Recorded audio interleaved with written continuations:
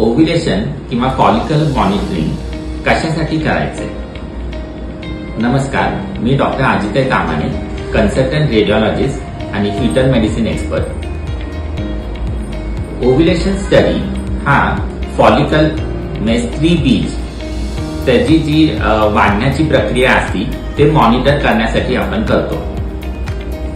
प्रत्येक स्त्रीमध्ये प्रत्येक सायकलला म्हणजे मेन्स्ट्रुअल सायकलला एक फॉलिकल वाढत असतं, जे अल्टिमेटली मोठं होतं आणि मग रप्चर होतं. आणि ते रप्चर झालेलं फॉलिकल त्याच्यातून जे स्त्री बीज बाहेर पडतं आणि जर स्पर्म्सच्या कॉन्टॅक्टमध्ये आलं की मग प्रेग्नन्सीचे चान्सेस असतात. तर यासाठी आपल्याला ते मॉनिटर करावं लागतं की किती साईज होतोय त्या फॉलिकलचा आणि ते रप्चर होतंय का. त्याच्यामुळे एक 2-3 सायकल आपण ते मॉनिटर करत असतो. प्लस ते एंडोमेट्रियम जे गर्भाशयाच्या पिशवीचा आतला स्तर असतो त्याला एंडोमेट्रियम म्हणतात. त्याची थिकनेस ती कशी वाढती आहे ते पण आपल्याला बघायला लागतं, कारण फॉलिकलच्या बरोबरीने ती पण थिकनेस वाढलेली पाहिजे.